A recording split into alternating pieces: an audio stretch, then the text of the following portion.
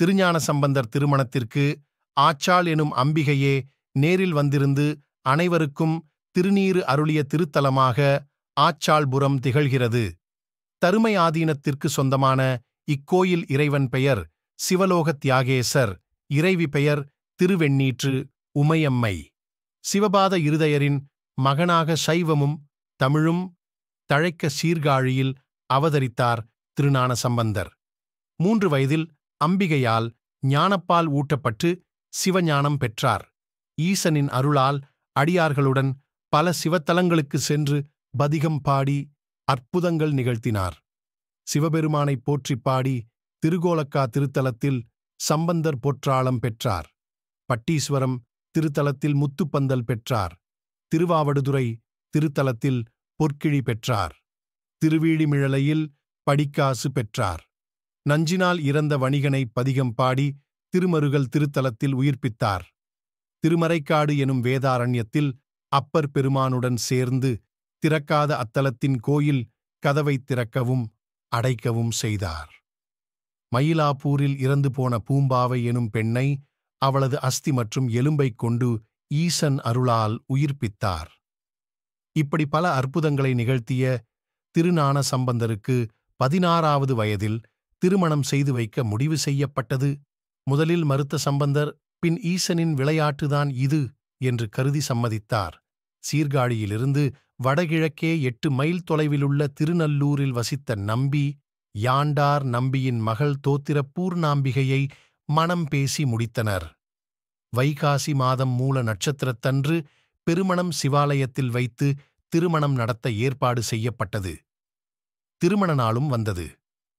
திருநீலகண்ட யாழ்ப்பாணர், முருகநாயனார், திருநீலநக்க நாயனார் மற்றும் சம்பந்தரின் உறவினர்களும் அடியவர்களும் ஒருங்கே திருநல்லூர் எனும் அந்த ஊரில் உள்ள பெருமணம் சிவாலயத்தில் திரண்டனர். அப்போது அன்னை உமையவள் அங்கு தோன்றி சம்பந்தரின் திருமணம் காண வந்த அனைவருக்கும் திருநீறு அளித்ததாக தல வரலாறு கூறுகிறது. எனவேதான் இத்தல அம்பிகைக்கு திருவெண்ணீற்று உமையம்மை என்னும் திருநாமம் வந்தது.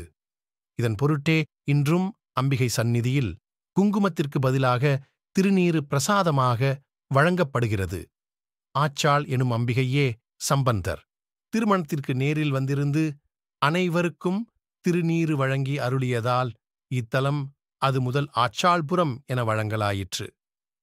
மணமேடையில் ஈசனின் அசரீரி யாவருக்கும் கேட்கும் வண்ணம், சம்பந்தா, இப்பொழுது கருவறையில் எமது லிங்கத் திருமேனியிலிருந்து பெருஞ்சோதி தோன்றும். அந்த ஜோதியில் யாம் ஒரு வாசலையும் அமைத்திருப்போம். அதன் வழியே நீயும் திருமணம் காண வந்த அடியவர்களும் சிவஜோதியில் புகுந்து எம்முள் கலந்திடுh என்று ஒலித்தது.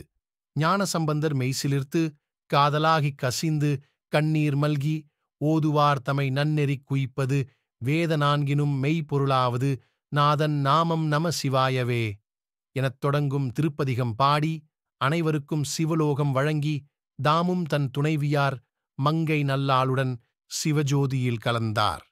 இந்த பதிகம்தான் சம்பந்தர் தன் வாழ்நாளில் பாடிய கடைசிப் பதிகமாகும்.